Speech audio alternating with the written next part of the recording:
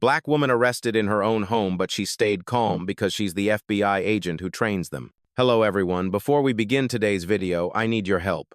We've noticed that the channel is losing traction, and subscribing is one of the best ways you can help us. It's quick, free, and allows us to continue bringing you great content. Your support means everything. Let's keep this channel growing collectively. Where are you watching from? Drop your city or country in the comments below. Thank you very much. Now let's get back to the story. Good luck in jail, lady, the officer's words hit like a hammer against the silence of her living room. Dr. Maya Ellis lay on the floor, wrists pinned, breath shallow, a streak of blood tracing her cheek. 3 uniforms towered above her, blue, rigid, certain. Behind them, a dozen phones glowed from the open doorway, neighbors whispering, filming, pretending they weren't shaking. The room looked almost peaceful before they entered. A porcelain cup still steamed on the table. A framed photo of a graduation ceremony sat crooked on the shelf. And on the wall, a navy blazer, gold letters stitched across the chest, FBI. They didn't notice it. They didn't look. They only saw a black woman in cream slacks and thought suspect. Sergeant Turner crouched, close finger in her face. Where'd you steal the key, huh? She didn't move, didn't blink. Her voice was low, steady as a heartbeat. This is my house. The second officer scoffed. Sure it is. You got ID. She nodded toward her purse, already flipped open on the carpet, contents scattered like evidence. One of them kicked it aside. Outside, someone whispered, why isn't she fighting back? Because Maya Ellis didn't need to. She knew the cameras would remember everything the way their badges would not. Before we continue, where are you watching from? Drop your city or country in the comments below. And if you believe in dignity and justice, hit like and subscribe. These stories spark change, and we're glad you're here. Now back to Maya Ellis. Turner leaned closer. You think silence makes you innocent? Maya's eyes lifted to his, calm, unshaken. No. It makes me patient. He laughed, motioned to his partner. Get the cuffs. She's done. Metal clicked. The sound filled the room. But in the corner of the frame, still visible through every phone camera, that navy jacket waited untouched, spelling the truth they were too blind to read. Because the woman they were dragging from her own home wasn't a suspect. She was the FBI agent who trained them.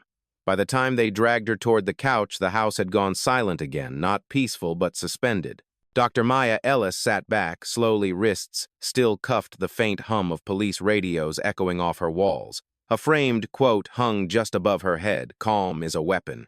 None of them read it. Officer Diaz scanned the hallway. You live here alone, Maya's tone didn't waver. Yes, 12 years. Turner laughed.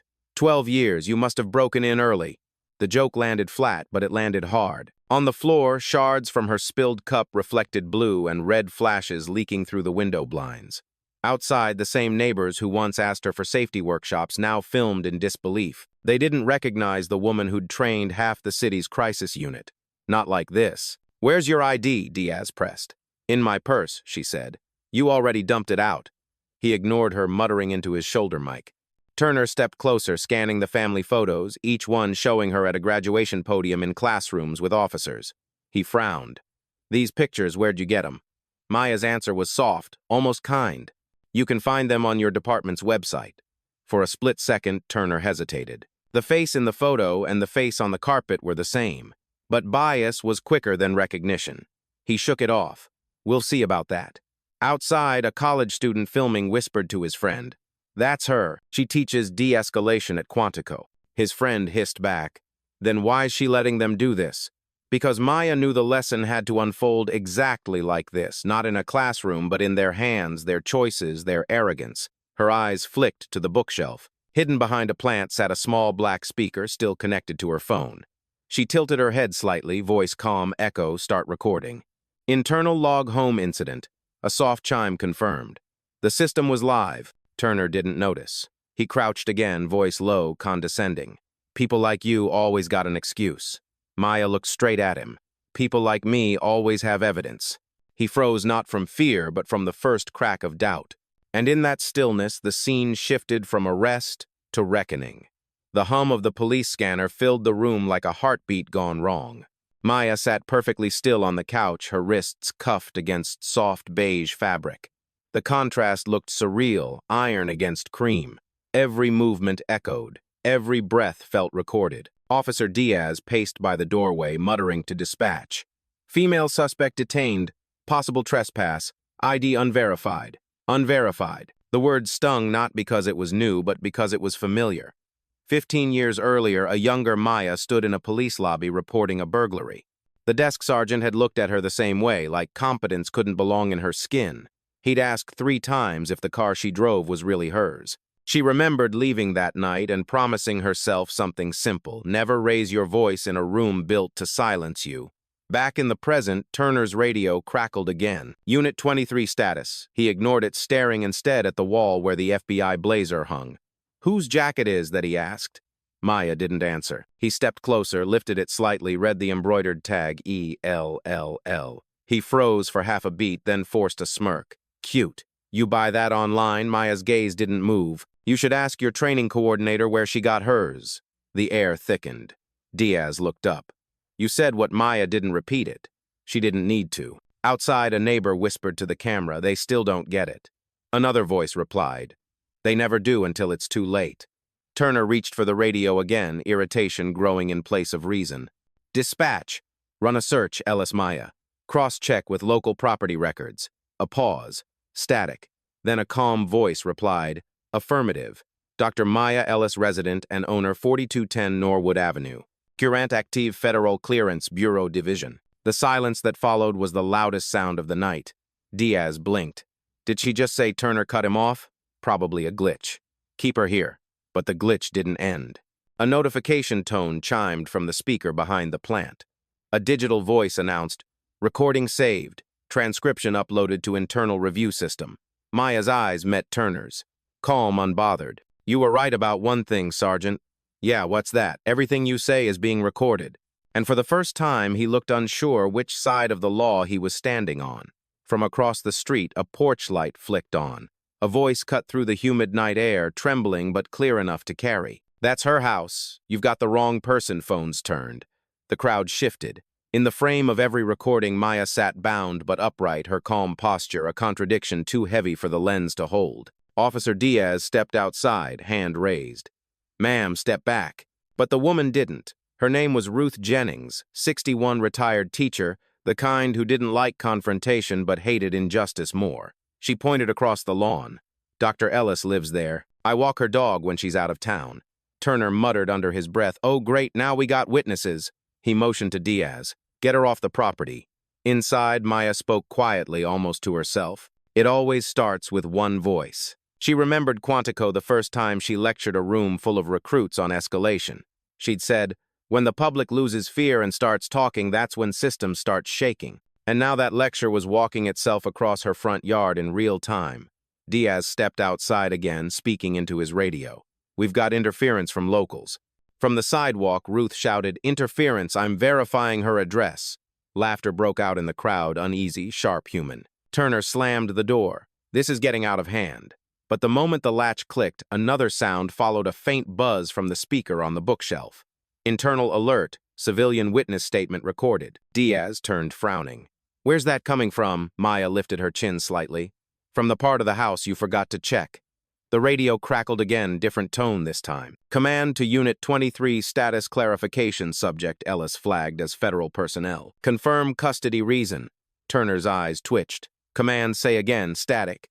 Then the same calm voice repeated, confirm custody reason for federal staff member Dr. Maya Ellis. Diaz stared at Turner. Sir.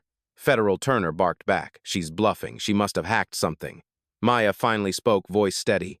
You think I hacked the bureau, you tell me, he said. If I could, you wouldn't be standing here. Outside, another porch light snapped on. Then another. The entire street seemed to awaken, one home at a time, neighbors stepping out, phones, raised light, flooding the scene that once hid in shadow. Ruth's voice came again, louder now. You're arresting the woman who trains you. And for the first time, Turner didn't have a comeback. The handcuffs felt heavier, the silence unbearable.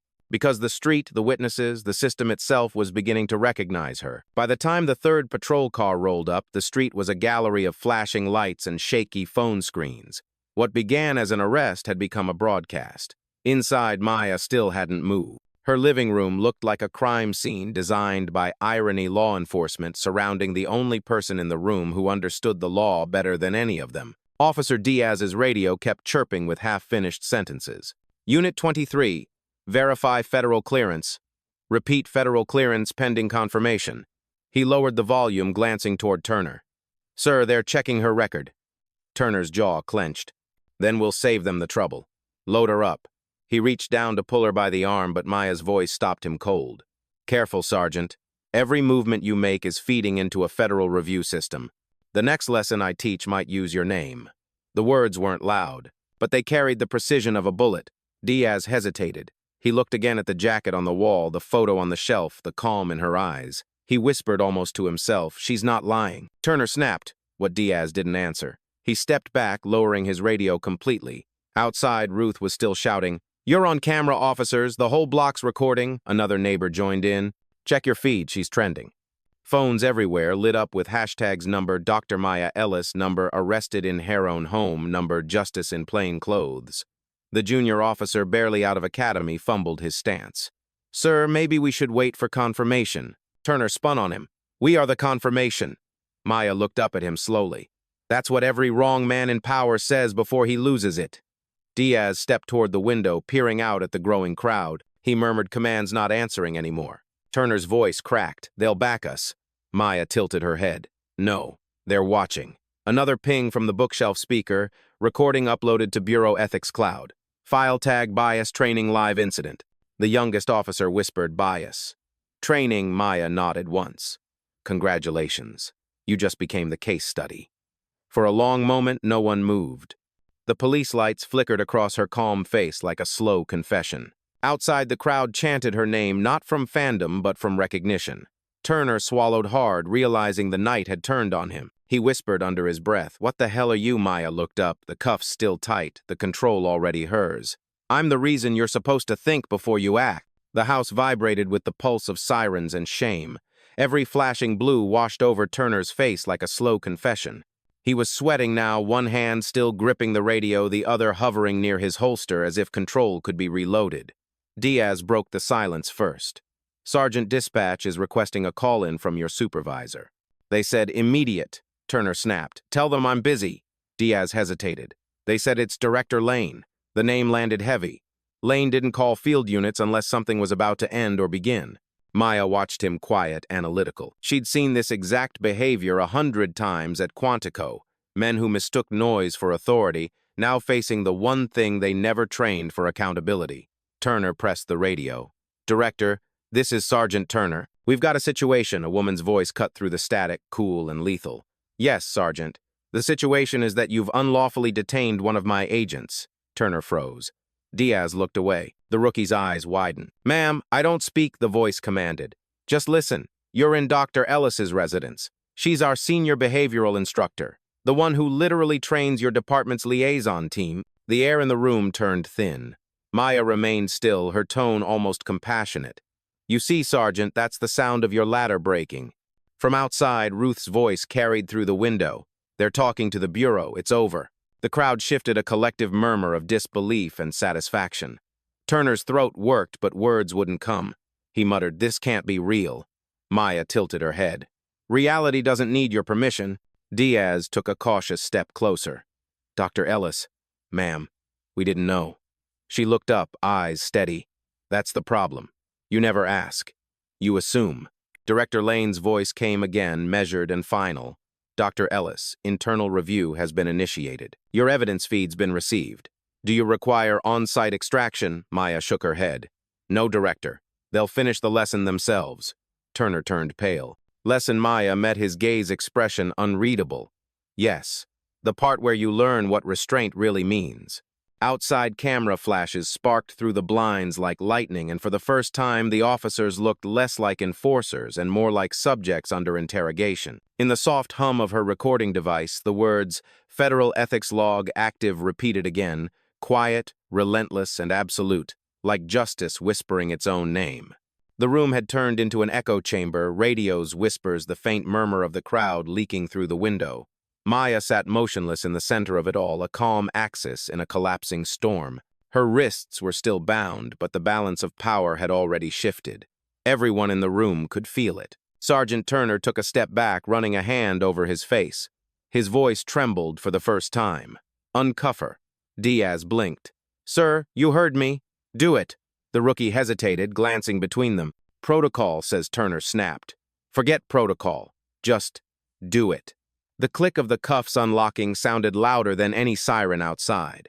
Maya flexed her wrists, once slow, deliberate. She didn't rise yet. Her eyes lifted to Turner's face, not angry, not smug, just assessing. "Do you understand what you did tonight? I made a mistake," Turner muttered. "No," she said softly. "You revealed a system that keeps making them." Diaz looked away, shame flooding his face. The rookie swallowed hard. Outside, a voice yelled, "Are they letting her go?" Another replied, "They better." Maya stood smoothing the wrinkles from her sleeve like she was dusting off the entire encounter. She stepped closer to Turner until they were almost eye level. "You walked into a home you didn't verify, arrested a citizen you didn't research, and silenced a woman you didn't listen to.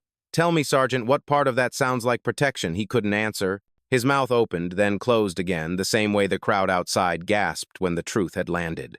From the speaker came another voice, Director Lane, calm and clear. All audio confirmed. Footage synced to Bureau review. "Stand by for formal contact," the rookie whispered. "They're gonna fire us." Maya looked at him not unkindly. "Maybe, or maybe they'll start with retraining." She turned toward the door. The crowd parted as the first few officers from the oversight team arrived, plainclothes, deliberate, recording everything. One of them greeted her with a nod. "Dr. Ellis," she nodded back. "Gentlemen, you can take it from here. I believe the lesson's complete." Turner's voice cracked behind her. "What happens now?" Maya paused at the doorway.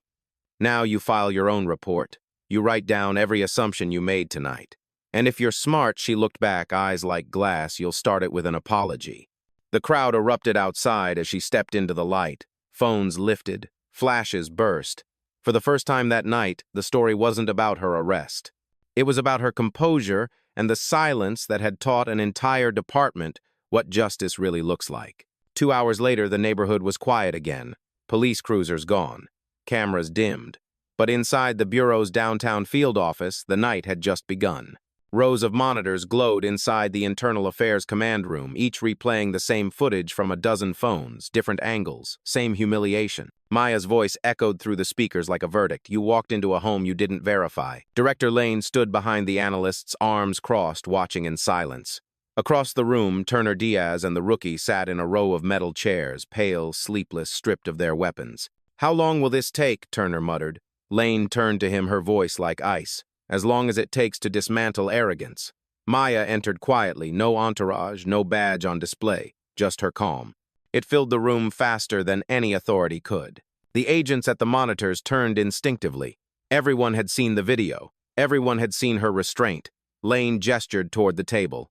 "Dr. Ellis, would you care to explain what you activated in your home tonight?" Maya set down a slim black drive.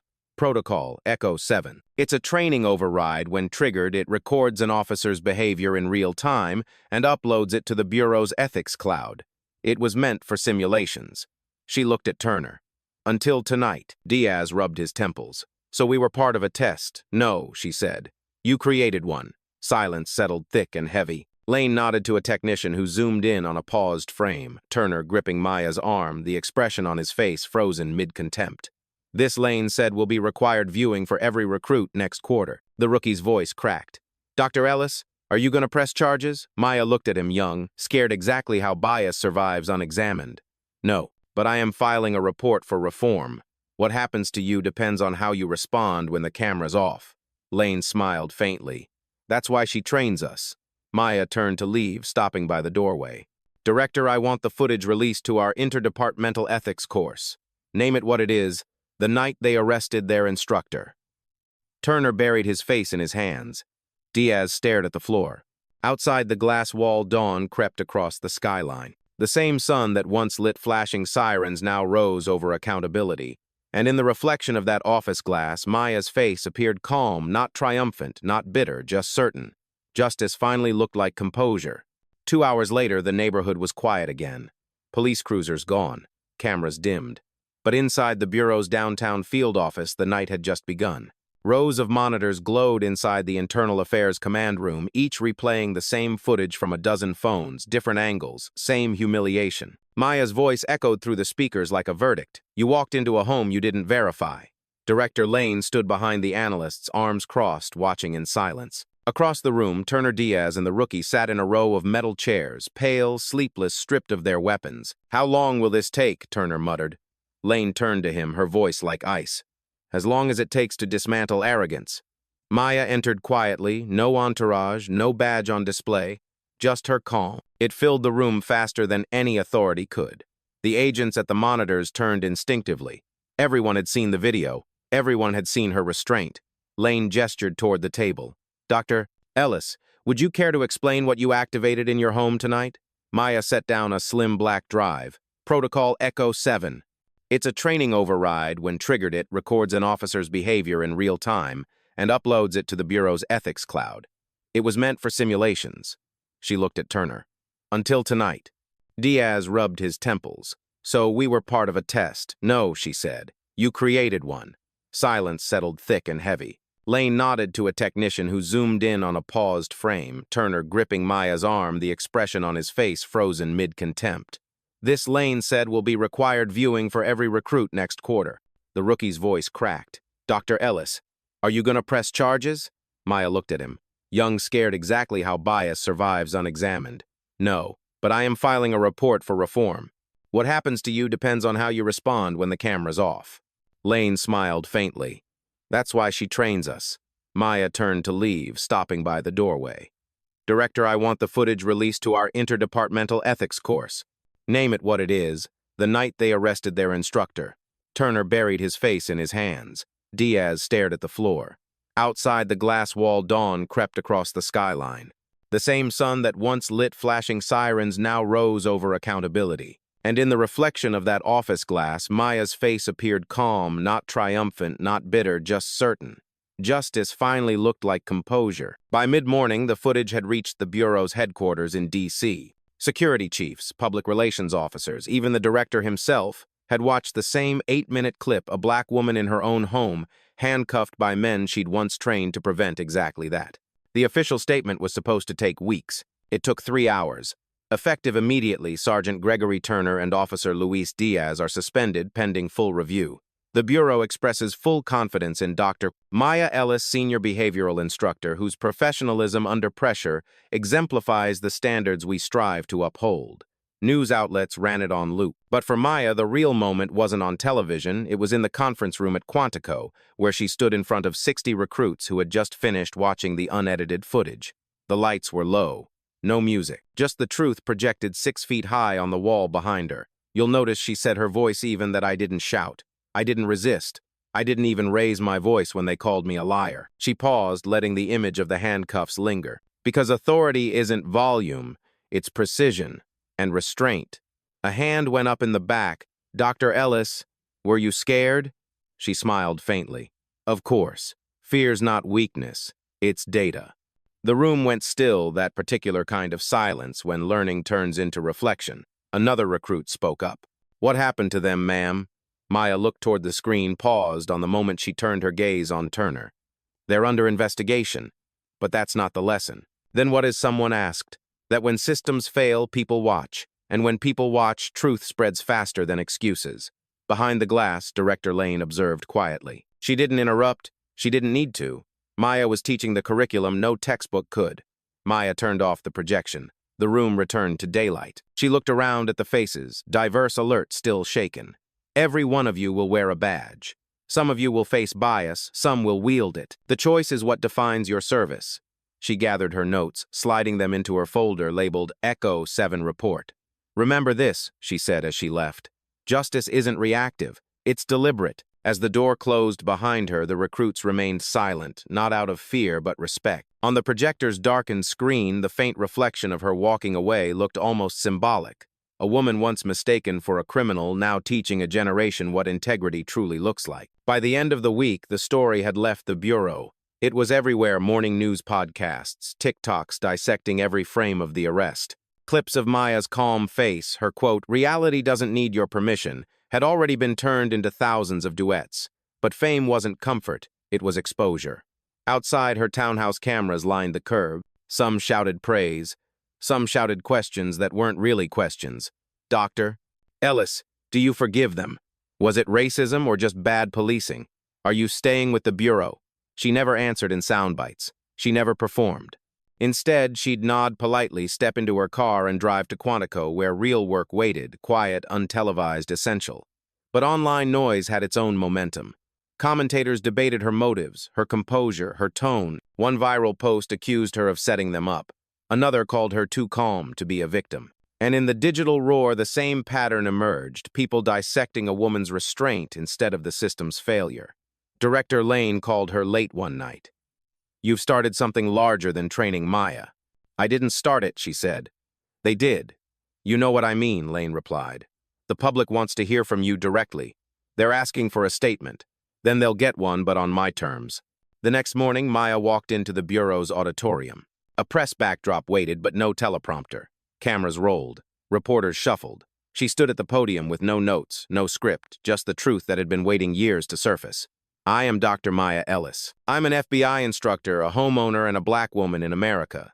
Last week, 3 officers entered my home without verification. But this story isn't about me. It's about a system where perception outruns proof. I won't villainize individuals. I'll fix the framework." She paused, letting the silence expand, forcing the world to breathe with her pace. "Because one day I won't be the person sitting on that floor.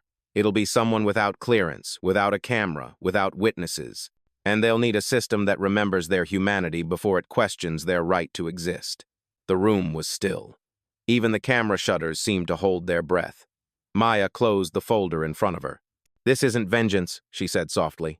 "It's maintenance." And just like that, she left the stage. No mic drop, no smile, only the sound of deliberate footsteps echoing through a country finally paying attention. The following month, the Bureau's ethics board convened in a private session, oak-paneled walls, frosted glass, the kind of room built to contain discomfort. Across the table sat Turner Diaz and the rookie now in civilian clothes. No badges, no belts, just consequences. Director Lane presided at the head, flanked by 2 federal auditors and Maya Ellis herself. Her presence was quiet but seismic. She didn't speak first. She didn't need to. Lane began. "This session concerns the events of May 17th involving unlawful entry misconduct and bias-driven detainment. Sergeant Turner, you'll start." Turner's voice was hoarse. "I made a call based on a report from dispatch. I believed the property was compromised." Maya's tone was even. "And when I told you it was my home," he hesitated. "I thought you were lying." "Why?" "Because it didn't fit the pattern." The words hung there like a confession, too old to be surprising. Diaz spoke next, his voice small. We followed his lead. "That's on me." Maya nodded slightly. Following without questioning is still a choice. The rookie's hands trembled. "I didn't want to hurt anyone." I just froze. "Then remember that," Maya said softly, "because the next person who freezes might cost someone their life." Lane cleared her throat. "The board has reached a decision. Sergeant Turner, Officer Diaz, your commissions are revoked. Effective immediately. Officer Reynolds, you'll undergo retraining under Dr. Ellis's supervision contingent on her approval." Turner stared at the table, jaw locked. Maya looked at him not with triumph, but finality. "You thought the uniform protected you, but it only amplifies who you already are." Lane closed the folder. Meeting adjourned. As the room emptied, Turner lingered, unable to meet her eyes. "You wanted me ruined," he muttered. "No," Maya said, standing. "I wanted you aware." He looked up, red-eyed, defensive. "You got your revenge." "Justice isn't revenge," she replied. "It's repair." She gathered her notes, nodding once to Lane, and left the room.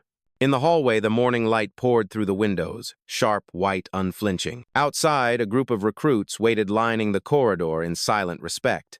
As Maya passed, one of them whispered, "That's the woman who made accountability real." Maya didn't smile. She simply adjusted her blazer, the same one from that night, and walked forward, the sound of her heels like punctuation, to a sentence the country had needed to hear for a long time. Weeks passed. The cameras faded. The hashtags cooled. But inside Quantico, her name had turned into a standard, Ellis Protocol. A new module added to every training syllabus, not about tactics, but about presence, perception, and restraint. On a gray morning, Maya stood alone in the simulation hall where new agents practiced de-escalation. The lights hummed softly overhead. She adjusted a headset, watching 2 trainees play out a scenario, one shouting the other, trying to calm the room. They stumbled, overtalked, lost control of tone. She stopped the exercise. "Listen," she said, voice level. "Control isn't about volume. It's about awareness. You can't fix what you refuse to see." They nodded, embarrassed but learning. Maya smiled, faintly remembering. Outside the training glass, Director Lane watched her proud, quiet. When the session ended, she approached. The policy passed, Lane said. Every precinct will adopt the Ellis framework next quarter. Maya exhaled slow. Good. Maybe next time someone else gets to stay home. They shared a small, knowing silence. Lane added, "You know, most people would have walked away after what happened." Maya's gaze drifted to the far wall where her old blazer hung framed behind glass, the same one that had once been mistaken for costume. "Walking away is easy," she said. "Staying changes the system." Outside, a student group passed by, young, diverse, restless with purpose. One of them glanced through the glass and whispered, "That's her." Maya picked up her tablet, turning off the last recording from that night. The file blinked once Echo 7 finalized. Archived. She whispered more to herself than anyone lesson complete. Before leaving, she paused by the window. The reflection stared back, calm, steady, human. Not a symbol, not a headline, just a woman who had turned pain into blueprint. As she stepped into the morning light, a journalist across the courtyard called out, "Dr. Ellis, do you think justice is done?" She stopped, hands in her coat pockets, the air crisp with new beginnings. "Justice isn't something you finish," she said. "It's something you maintain." Then she walked away. No applause, no flash, just the quiet rhythm of purpose against pavement, the same composure that had turned one night of humiliation into a lifetime of reform. And the screen faded to black, leaving her final line suspended like a vow: "I don't need to record justice anymore. I became it."